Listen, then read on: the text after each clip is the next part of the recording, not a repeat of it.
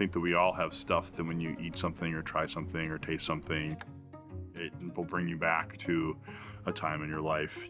As little as I can remember, getting garlic in my eyes when my dad was having a salsa party, not realizing that you can't rub your eyes after helping peel and chop garlic. I remember walking into Bulldog Pizza the first time and smelling like the fresh dough.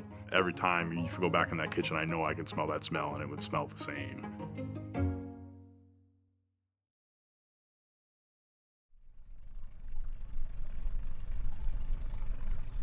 It's pretty serene up here. This is where you get them? This is where we get them. Oh. Probably should have bought some worms up or something. So Jerry, you've been doing pretty much what they said couldn't be done at the deck. What's that? The finer foods that take more creativity and. Yup. So I'm really impressed with that. A lot of people just would say, we're just going to buy everything pre-made. It's going to be nice and easy every day.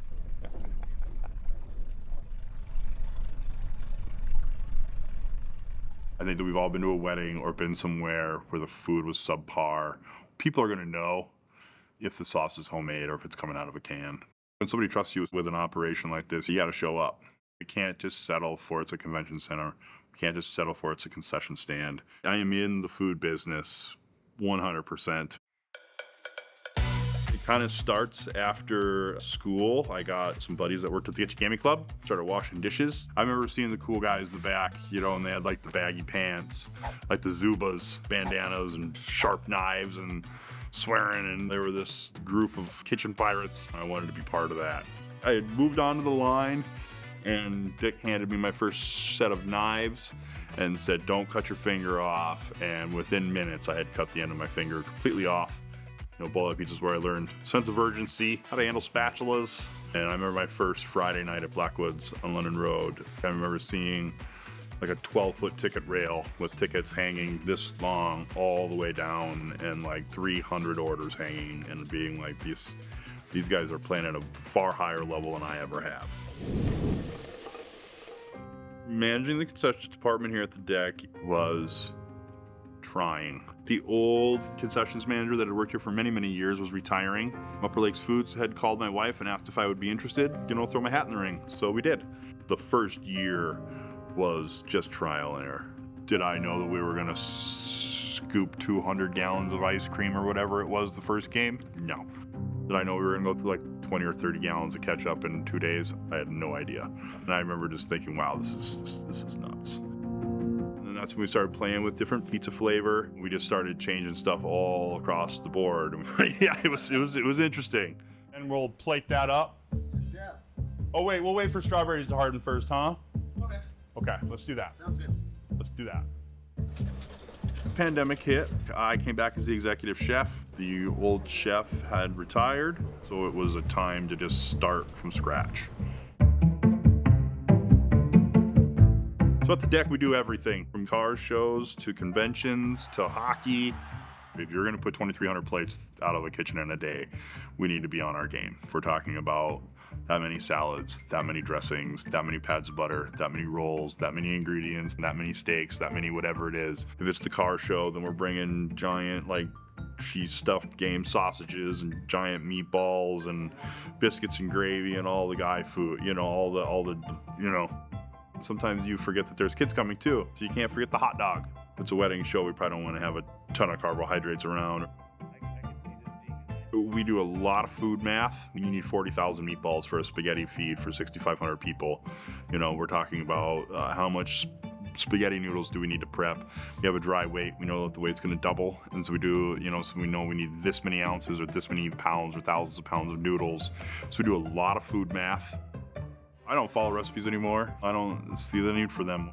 Once you've made enough soups, you've made enough stuff, come get in there, get your hands dirty. You'll understand when you put too much herbs or something, too much cayenne in the gravy one time, you'll know you did it and you won't do it again. That's what happened. You make that mistake, People have a right to come here and have a good meal. I want them to think about it being as locally sourced and as fresh as possible. One of the things that we started doing earlier on was making jam. And that's because we have big breakfasts and we have people order bowls of berries, and you'll be left over with all these berries. Well, they're either going to mold or we're going to do something with them. And so we started freezing them. And what we're going to do with all these berries? Well, we're going to turn them into jam. We're making homemade focaccia, we're making jam, we're making granola, we're making salsa. So we have a garden outside. Well, what should we do? Well, let's make tomatillo salsa. We have some really cool vegetarian dishes that I think that we're really proud of. Tonight we're having champagne chicken dinner.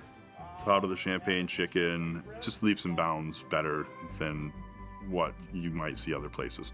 And I think that we're being recognized better for better quality food, keeping it fresher. I think that the things are just better. Yeah. Yeah. Do you have a fish on there, Chef? I don't know. I might. I mean, is it bouncing back at you? No, I think it might be weeds. My father-in-law, Glenn, he's kind of an inspirational guy. I didn't know. I just started dating this girl. She's like, my dad's a chef. His name is Glenn. And I was like, I don't know who that guy is. I don't know who that guy is. Like, Didn't she tell you what I told her? I don't want to know. She said, Dad, you'll like him. He's a cook. I said, I'd like him better if he was a chef. He's